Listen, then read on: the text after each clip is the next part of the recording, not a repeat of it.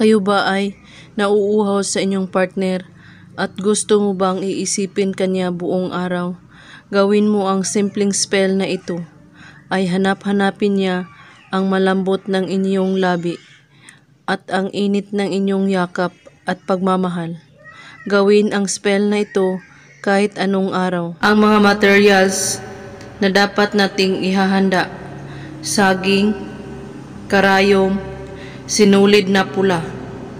At dapat lang buo ang inyong paniniwala sa paggawa sa spell para tumalab agad.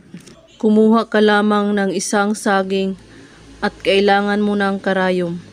Iukit mo ang iyong pangalan, pati na rin ang kanyang pangalan, sa balat ng saging, gamit ang karayom. Sa pag-ukit mo ng pangalan niya, ay sambitin mo ito ng 11 ulit. At kailangan mo rin ang litrato niya. Titigan mo ang litrato niya at pagkaisipin ang lahat ng gagawin niyo kapag bumalik o pinakita niya na ang pagkauhaw niya sa iyo.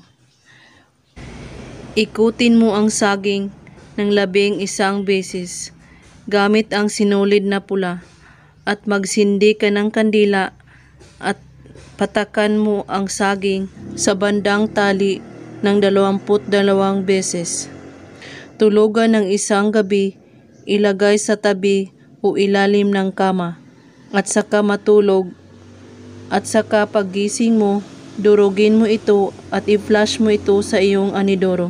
Maaari ring ipaalon sa dagat o ilog.